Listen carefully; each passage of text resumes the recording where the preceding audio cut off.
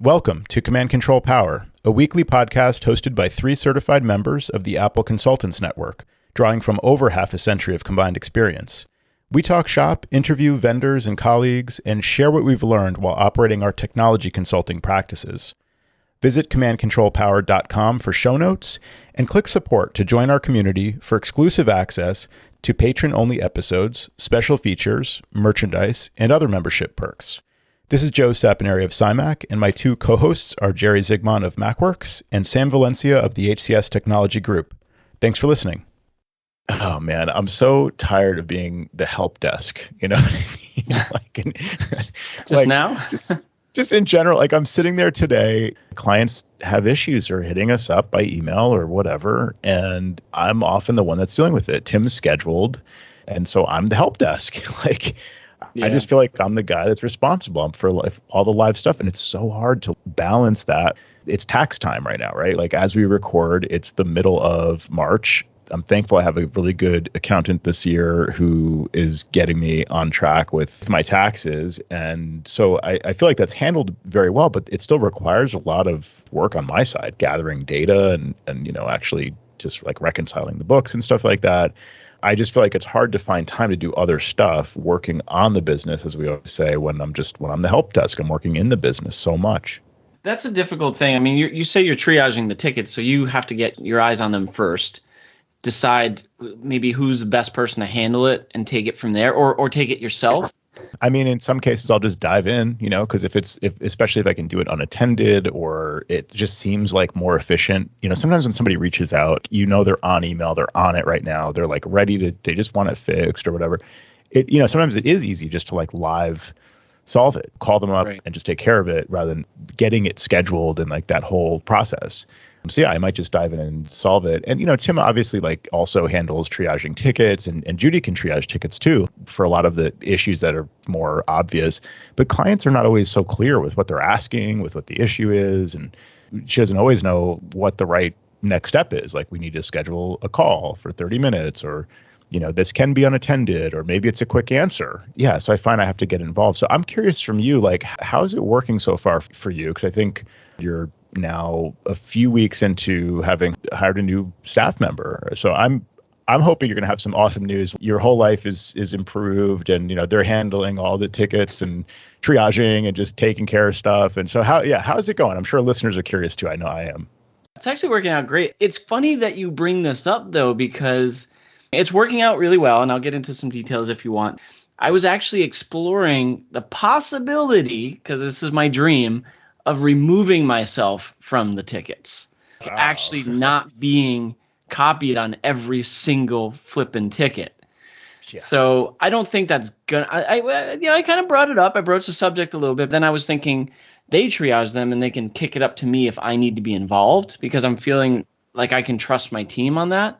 Because Jay's still involved in the tickets, so it's a possibility, man. It's a possibility. We'll see. Checking throughout these last couple of weeks to see if there's anything there that would flag as, oh, wow, I really needed to see this immediately, as opposed to someone kicking it up to me. But anyway, getting back to your question, he's actually working out really well. He is very self-sufficient, taking on tasks without any fear. And, I go with the approach of hey, are you comfortable tackling this for me? Even though he has no experience in that particular arena, he's yeah, just tell me what I need to do and I'll give it a shot. The worst thing that can happen is I have to ask for help. And I'm great. That's what I want to hear, Great attitude. So it's really good to see. It's refreshing. And I actually just gave him a task today to come up with I've been really big on guides lately, creating step-by-step guides for our customers and then just rebranding it with their logo. So when someone has a similar question, we just slap their logo on the guide and throw it out there for them, So can you say more about that? As far as what types of things, could go into a guide? Because I always have a hard time thinking is this applicable to more than one person, or is this something that they can follow and do on their own versus something that they typically are going to need our help with anyway? There are 2 major things that we've been doing guides on recently. And one is enabling MFA with their mail program, like Microsoft Office, let's say. Depending on how many staff members there are, if we have to talk each person through it or just send them a link to an article, it's not exactly something everyone can follow. So we ultimately decided a few months ago that we would just create our own guide step by step, brand it for them, and just make it so that they can just open up this PDF and literally walk through it, and only open a ticket if you can't follow directions, which of course some people can't. But that's worked out really well, really, really well, the MFA guide that we created. One for enrolling into an MDM. Whatever MDM solution, the client end is pretty similar. If we haven't done it automatically for them and they need to enroll a computer, we've created a guide for user-initiated enrollment. So those are the two major ones.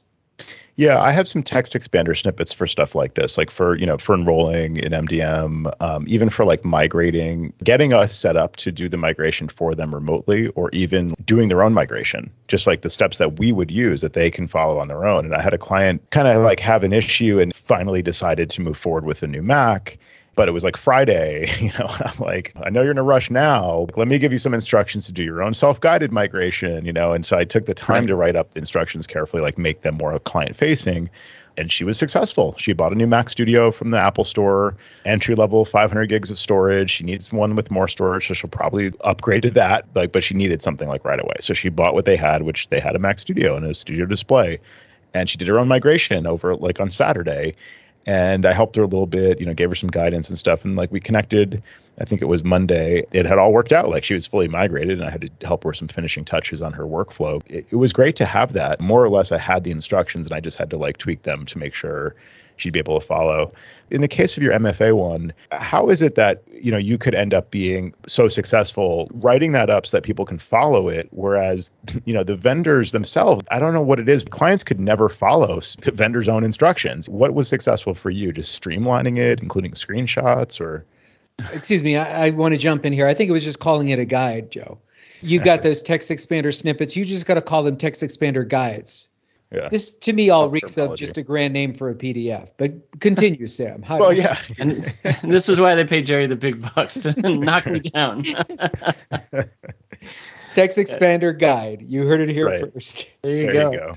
I did want to ask you about TextExpander because now I'm using the updated version and you can share snippets and I'm realizing just how powerful that is. Yeah, exactly. Yeah. For your own internal use. Write it once and then your whole team has the way you want someone to respond to your question or like whatever. Put that verbiage in TextExpander. Train yourself to like use it too. So your team kind of has to train themselves. But besides calling it a guide, which Jerry has just now let my secret out, we'll say, there's another one I thought of actually, VPN connection guide. We did that one too.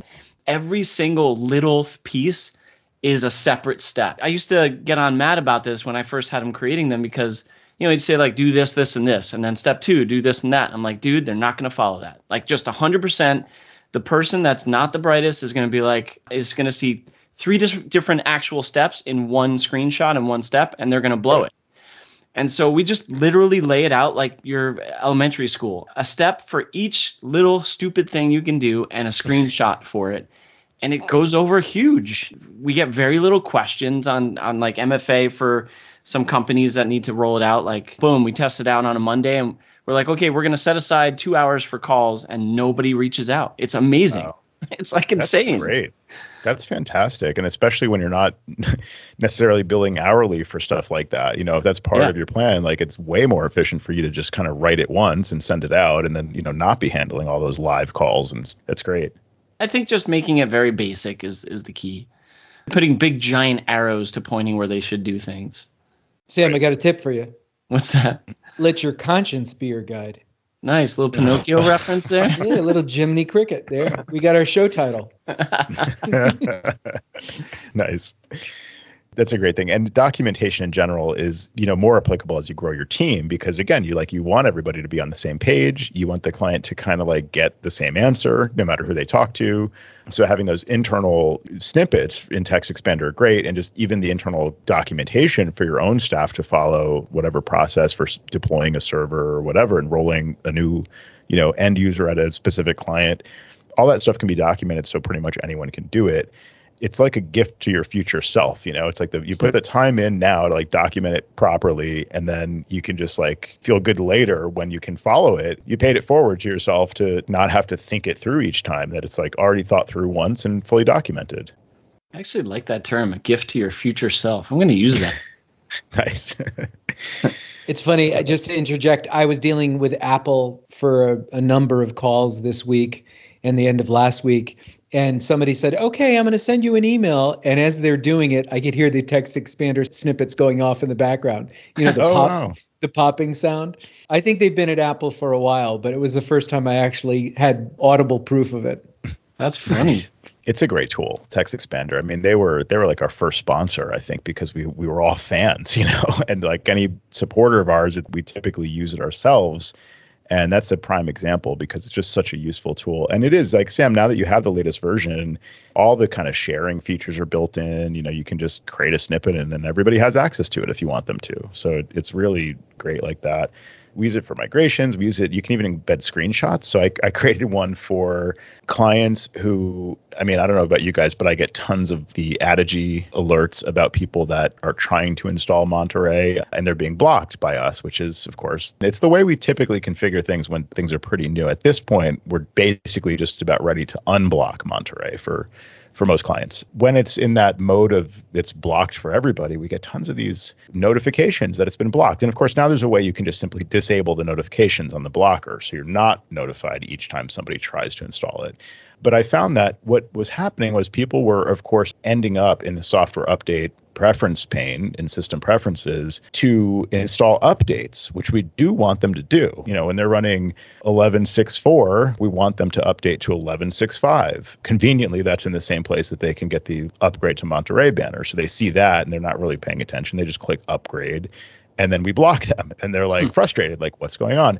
So I created a TextExpander snippet that said something like, Apple puts us in the same place. There's a distinction between updates and upgrades. And when you see this screen, and it's like a little screenshot of the software update window, the Monterey banner at the top, I just have like circled in green at the bottom, you know, where it says other updates are available, more info. My TextExpander snippet says, click more info next to other updates are available, like below the Monterey upgrade banner. And I have the screenshot there. And also, nobody ever figures it out, even with screenshots, even with all the text, you know, they just still get stuck trying to click upgrade and not knowing what's going on. So I think you should hire me to write some guides for you. I guess I need a guide for it. Exactly. If it was in a PDF, then I guess it would be. If you called it a guide, it would work.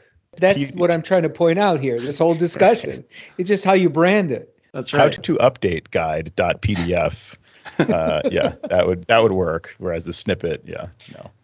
One of my colleagues, Keith, he writes a ton of this stuff. And like at the end of the guide, he always writes, this completes the guide. I'm like, what? They couldn't even figure that out? Like you had to put that in there. Right. You're finished. You can go home now. Like otherwise they just sit there overnight, like waiting for the next step. What's my next step? Am I missing a page? Joe, if you need help, you could go see a guidance counselor. Sam's dealing with guidance counselors lately, I'm sure, right? With the college application process and all. Fun times. Yep. Yeah, it's better than dealing with the parole officer, right? Is that what you're dealing with, Jerry? That was my youth. Nice. This actually might fall under, and I should have known this now that I think more about it, because I was in a client we haven't seen in a long time. I went in and amongst other things I was doing, I noticed their Synology default admin account was on. And I went in and I did, my due diligence of disabling it, creating another admin account first, of course, making sure I could log in. Then I set up MFA and then I disabled the other account. A week or so later, I got reached out to from the client because she checks the Synology regularly and said, hey, something's wrong with our cloud backup. I think this was Jerry. I really want to say it was, but I could be wrong. I'll take credit for it. Yeah, why don't you take it? You've been on point lately. So the issue was related to Backblaze and the Cloud Sync feature with the Synology. What I didn't know or didn't remember, I think, I'm going to go with I didn't remember, is that once you create a Cloud Sync connection to your cloud service, it's owned by the admin account that you created it under. So when I created that under admin, the Cloud Sync was working every day, no problem. And as soon as I disabled that account, I didn't see this initially. It broke the Cloud Sync connection. I know in the past, I would not get alerts when the Cloud Sync would not work. It would just stop silently. And that's what happened in this case. She just happened to check it. So anyway, long story short is I had to go back into the Synology and reconnect under my new admin account. I had to reconnect Backblaze B2 to the Synology so that the sync continued to happen. But I didn't see that coming, I guess. Maybe I haven't done that in a while, but it was just something I wanted to point out. That's really interesting you bring up the Synology and backups. There's this company called Backup Radar. Have you guys dealt with them before? I have not. No. So I was looking into this because we have a bunch of Synologies that we manage, and we get alerts in theory if the backups fail. That sounded very shaky. Well, I've been dealing with alerts lately with Synology. What you think is pretty straightforward can end up where there's edge cases and just problems. Like, for example, with Synology DSM-7, you now have to configure your own local email account, to send emails for you. We talked about this recently, I think, and how Synology CMS, Central Management System, I guess, is a really good workaround for this because you don't have to configure that email server basically on all of your Synology devices. You just have them check in with your CMS host, and then your CMS host can be configured to send you emails with issues. So fine. So I did that on my Synology. And I used, we have Google is hosting our email. So I used one of our email accounts that we use for this purpose. I don't want to put my credentials in. I just don't want to do that, obviously. So I have an account specifically for this purpose for sending these emails. And it's also an address that exists that then relays into our ticketing system. It just forwards the email to the special email address that the ticketing system uses. If you're using this email account, let's just call it notifications@mycompany.com, right? So that's the from address. That's the email account that's being used to send the email notifications coming from that address. When they hit our server for forwarding, this is just the way Gmail or Google Workspace does it. It somehow was skipping the forwarding rules. That user is creating an email in their own inbox. So it's not coming in from the outside, I guess. So it doesn't hit the forwarding rules and then get forwarded on. All right, fine. So I created some workaround to that. Then I found that when it gets forwarded into my help desk ticketing system, they detect that it's coming from this address and to the same address. They just silently ignore it because they probably have some overzealous rules on their side to avoid a loopback. We don't have it auto respond with this notifications address, but I guess the ticketing system is concerned the notification comes from this address and it's getting sent to this address, and the response goes back to that address saying thanks, we got your request, that it could create a loopback or something. So they basically told me don't use the same address for sending from that you're sending to. First of all, I have to sort all that out, all these details. It's very annoying. So in the meantime, as I'm trying to sort this out, I just have the emails from Synology alerts going to my own email. So then I noticed that there's alerts for every even completed backup. Those used to be turned off. Obviously, I don't necessarily need to know that the backup was successful. Clearly, I only typically want to know if it wasn't successful. Are you guys getting those too, just alerts about backups that are successful? On my end, I'm not using the central management system yet. I think when I first turned on alerts, I thought that was a default checkbox that was completed backups, and I had to turn that off. Right. And I did that. And for some reason, I'm still getting them. I'm going down the rabbit hole of trying to get a handle on notifications, basically. So the other thing is that I don't know what caused it in your case, Sam, but I've seen issues. Sometimes a backup will fail and you don't get an alert that the backup failed. What you're hoping to get, if there is an alert that says the backup was successful, a positive confirmation of the backup being successful. And if you don't get it, then there's a concern. It's like the boy who cried wolf, right? If you just start ignoring every notification of successful backups, pretty soon you're just ignoring them. You're just filing them automatically, and you may not notice it doesn't come in. All of this is to say that there's a service like Backup Radar to basically say, okay, I didn't see the confirmation that the email came in. Then they alert you that they didn't get this email. So that's kind of an interesting angle. Otherwise, you'd have to check every time, every month or whatever, however often you want to check. You have to go to the server and check to see if the backups were successful. This, in theory, can say, I didn't hear from the server that the backups were successful, so you might want to check it out. The server missed sending me a notification, essentially. Pricing is not inexpensive. It's not terribly expensive if you're doing this a lot. Monitor 50 servers a year, it's $99 a month. So it's not terribly expensive. It's expensive enough, where I'm definitely going to be considering a purchase like that. This feature that I've been trying to describe, I think they call it no result monitoring. Mm-hmm. So it's basically monitoring for the absence of a backup status. So I thought that could be useful if anybody's really interested in this. And plus, they go beyond Synology. So they have, if you go to backupradar.com, They have a whole bunch of vendors listed. Backup Radar could be useful to not only get a handle on the no results monitoring for that kind of fail safe, but also like centralize all your backup status across multiple different types of backups, let's say for maybe other servers besides Synology. I'm not sure what else you would kind of feed into it, but their point is like they can parse these emails that are reporting status and like give you just a clean dashboard on like what the actual status is. At that price point, though, it just makes you want to dig in a little bit deeper, dig your heels in, and see if you could sort out the notifications on your Synology that you're running the CMS system.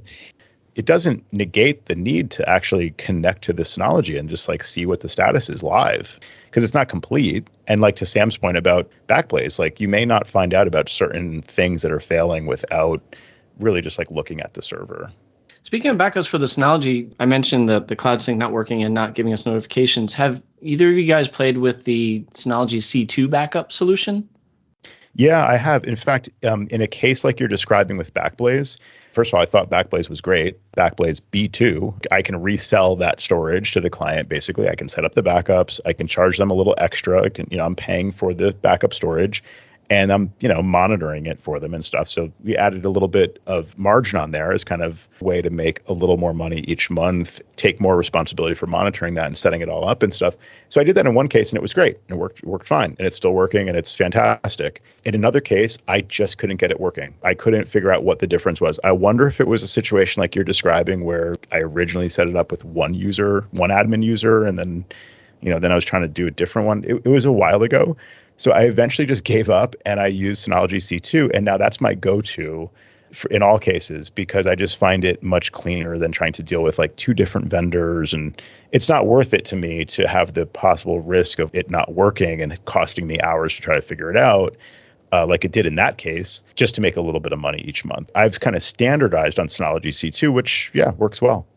I missed success by that much. I came up with a backup service called A1, and then I got bested by B2 and C2. So just missed it. I thought the steak sauce would have sued you, Jerry.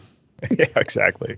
Yeah, it's funny. It's like Backblaze B2 and then Synology C2. Is there like a reason why do they copy each other or something? Yeah, Synology missed the boat. They should have done C3. That's where they should have gone. Sounds like a new Star Wars character. It's not cheap when they have a lot of data. I don't know if Synology is more expensive than Backblaze, but like I have a client with terabytes of data and they're paying, it seemed like a lot to me. I don't know. Maybe this was kind of the going rate, but it was at least hundreds of dollars a year. It might have been on the order of even a couple thousand in one case. Yeah, I think the biggest difference that I think with Backblaze B2, just so I don't get them confused, you could now use them with hyper backup, which is because the Cloud Sync feature didn't really give you historical data. Right. And then when you could move it to hyper backup, it could. I think that's the whole big thing is like we had a lot of them on legacy Cloud Sync and we weren't getting what we really needed. So we started to move people over to C2 as well. Oh, that's good to know. I did not know that actually, because I realized that when I first set up the few that I did on Backblaze B2 using Cloud Sync, and you could sort of achieve the goal by I forget, there's a setting I think on Backblaze B2 to keep the changed files. Essentially, like you still get a historical backup, but it's managed more on the Backblaze side. It also seemed like the interface to restore it's sync, it's not backup. It's just a little bit different conceptually, but to know that it's integrated with hyper backup, I think would be a nice benefit. So maybe I'll revisit that too. Because why not make a few bucks, margin? Yeah, I think you can still make some money with C2 though, Synology side. I think we enrolled in their partner program. I got to ask Jay about it, but you can make a little bit of coin. Interesting. Okay, I didn't know that either. So that may be worth looking into with the kind of size of some of the servers we deal with. Yeah, I'm always kicking myself when I didn't sign up soon enough. The number of clients I've migrated to Microsoft now, it's not hundreds, but it's probably dozens. Like I could be making at least, on the order of tens of dollars per month from the clients that I've migrated, Yeah, I may be misremembering this, but I think I reached out to Ryan Grimes about that. Ryan Grimes is a listener of the show and big contributor on the Mac Admins channel. I believe he said it's not worth the effort, but I may be misremembering. I think especially now, I think I read this recently that they've changed their partner program where you have to sign on 10 clients per year to remain in the program. It's something like, it's at least 5 or 10 from what I remember. Maybe initially it's not that much, kind of went through a phase where I migrated a bunch of clients over, but now it's probably not 10 per year. necessarily. So, I don't want to have to meet quotas and stuff to stay in it. So yeah, it just doesn't seem like it's really worth it at this point for me. Yeah, and I saw that they just raised their pricing for nonprofits too. I'm like, ooh, that's a low blow. Yeah. They had historically low pricing, but they just upped it by I think it was by 25%. I had a client ask me about, I'm paying $6 a month for my email. And I was talking to somebody and they said, theirs is free. And do you want me to go through this process for $6 a month? You have your own domain. I don't know of a free email service that works with your domain. And I wouldn't want it either. You get what you pay for. Do you really want your email to come with no support? Best effort, good luck, sucks to be you kind of thing if it goes down? I mean, it's sucks to be you. Why am I answering? Why am I dealing with this email right now? This is a silly question. Penny wise, pound foolish kind of thing, It sucks to be your future self. So I have some experience following the prepper movement for years and survivalist culture and stuff. I mean, I'm talking about watching some of those shows on TV and reading some conspiratorial websites and stuff and just finding an interest in it, at a distance. And also doing this work for a living, I feel like we have a little bit of a peek behind the curtain sometimes. Man, this infrastructure is brittle. It's a miracle that anything works half the time. Wow, these passwords suck. Really? We're hanging on by a thread here. So, with that kind of background, I do feel like there's a real concern about the resiliency of modern technology, let's say. I think probably most people who do this for a living could agree on that. Modern technology is really a strong basis for the entirety of our society right now. We need technology to run our society. Going back to the days of paper and phone calls doesn't really do much. There isn't really a fallback plan, when technology's down for most kinds of jobs that get done. If you zoom out on a certain scale, everything is dependent on the electrical grid. We need power to run to factories. We need power for everything. Even further, you need roads and bridges to move food to where people are. All of that above is basically controlled by technology now. It's all connected to the internet. And even if it's not connected to the internet, it's still technology and it's still dependent on power. Anyway, so it's all concerning to me that everything in our modern society is dependent on technology, and technology is pretty unreliable. So society seems to be kind of at risk. So anyway, that's the background for all of this. So I was listening to this podcast, Sam Harris, if anybody's interested in a show with a really smart thinker and a guy who also has been practicing meditation for a really, really long time and has a great meditation app. He interviews some really interesting people and has really intelligent conversations. I think he's very fair, not skewing toward one side of the political spectrum necessarily, very kind of thoughtful in that way. So anyway, Sam Harris was interviewing a person about threats to the future of human civilization, let's say. So this person talked about this app, which is called Bridgefy. This app I thought would be really interesting for our listeners, especially in the current political climate. It's the kind of thing you want to have downloaded before the app store is down, for example. And what it can do is allow you to communicate offline with people that are nearby. And of course, like anything, requires a sort of critical mass to be useful. There's an economy of scale where the benefits really increase the more people have it and use it. But it's worth a test. So if you're listening to this, look for Bridgefy in your app store. Obviously, for our listeners, it's going to be probably the Apple App Store. It's also on Google. It's called Bridgefy. So the word bridge and then FY. Offline messaging, all you need to do is have Bluetooth turned on and have the Bridgefy app. It can look for other people who have the Bridgefy app running with Bluetooth turned on. These days, Bluetooth works within 300 feet or something. Pretty hyper local in that sense, but it could be useful if you want to communicate with family and friends that are nearby and the internet is down. You can basically text message back and forth if people have this app. And also you can blast messages to anybody who's nearby or obviously specific people who you're able to connect with. Kind of a fun little experiment, maybe at a conference or something, or if you're at if you're just gathering with friends, test it out. You could have the internet be down. If you have cellular turned off, all you need is Bluetooth turned on. and you can message people that are nearby. So it's a nice thing to know about and maybe have some practice with in case there's a significant outage. I mean, this is also in the context of Apple was down. All their services were down basically like a few days ago as we record this. It starts to make you think, if iMessage is down, okay, well, at least you have SMS, but like, what if SMS is also down? We have email. What if the internet's down? How would you guys communicate with anybody? If the internet's down, that's it. It's down. So hey, telephone. I was gonna say that, Jerry. Do you guys, either of you, have landlines, like old school landlines? No. I have two cell providers though on my phone. I mean, that's my backup there. If AT&T is down, I've got Verizon. This is very interesting. An app for a truly doomsday scenario. Do you know how many competitors are out there to Bridgefy? That's a great question. As far as I know, they're not. That's why you have me on. That's key because they're not like interoperable necessarily. Now, right. So Bridgefy has an SDK, which I thought was also really interesting, which is, I think, very smart. Like you could have a mobile app that has like fallback mode to use the Bridgefy SDK to communicate locally, or it could be you want to like make a better version of Bridgefy, but you're going to use their SDK. So I like that they have that, and it makes me think there might be some buy-in, for this particular one. But in the past, I've even experimented with one. I don't think it's a secret. I've been to Burning Man a few times, and that's like an offline situation, which I think is a really kind of fun aspect of it, where you're not connected. The one that I tried there was called GoTenna, and so GoTenna is a similar concept to this, like it's local messaging. But it requires this little piece of hardware. There's some kind of standard for this. It uses a certain type of like radio communications, basically, but it requires this little device that your phone can connect to over Bluetooth. That device then sends the signal out. The other person who you're communicating with would need one of these little devices too. So I think they get better distance with those. And they also have the ability to relay stuff. So you can have one that you configure as just like a generic relay. Whatever the distance is, you could like double that distance by having a relay halfway in between that all it does is sit there plugged into power or using its own battery, and it just relays signals. So GoTenna was pretty cool as like another seemingly, I guess, competitor, but in a different realm.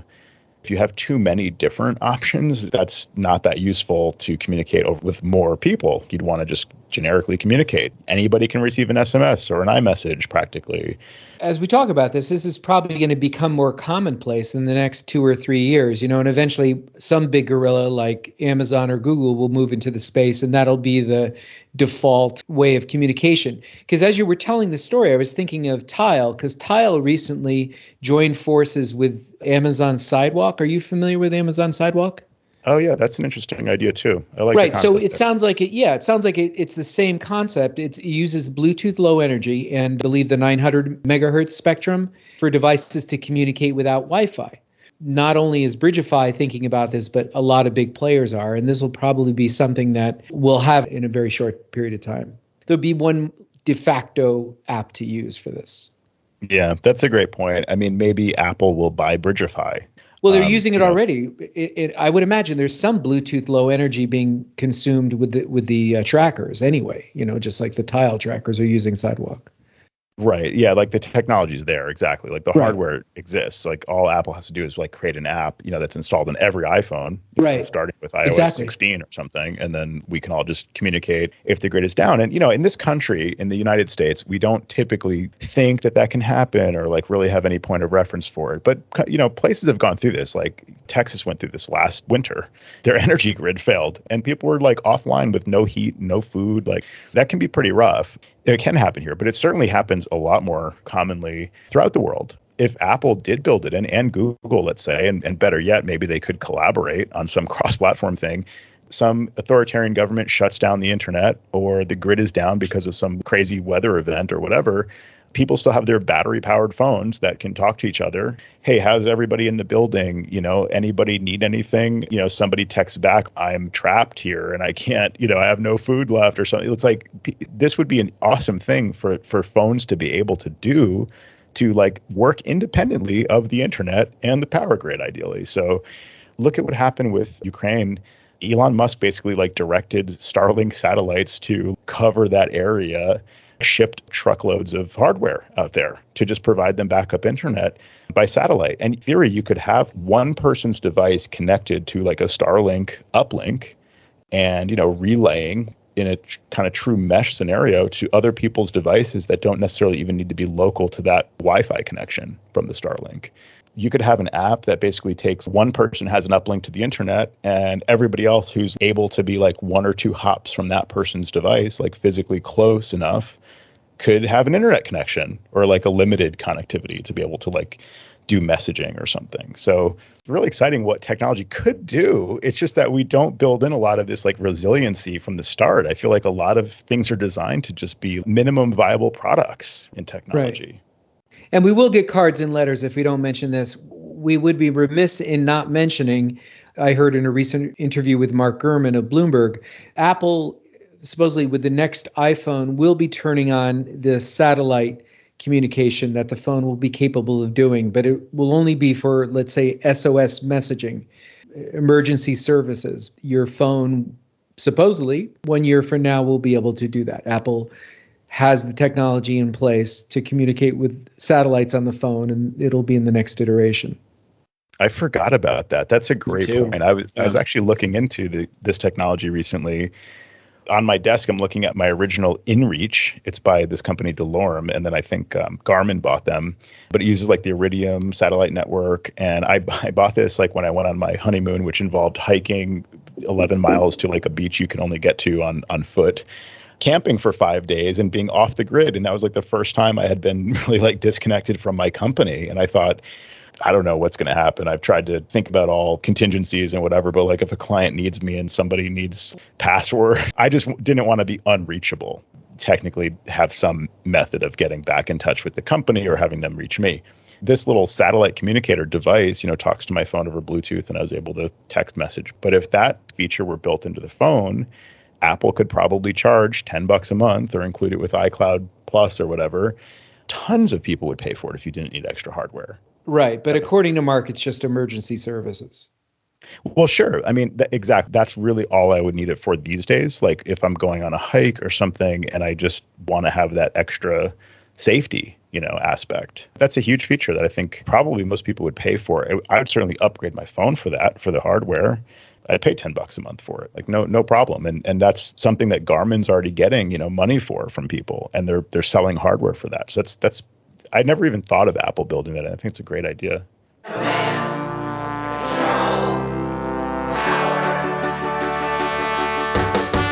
Jerry does his voices of customers of all kinds. Am I on the cloud? Joe spins his deeply detailed yarns all the time. I have a whole story about this. Sam is on the road again, phoning in from a hotel. At least we know where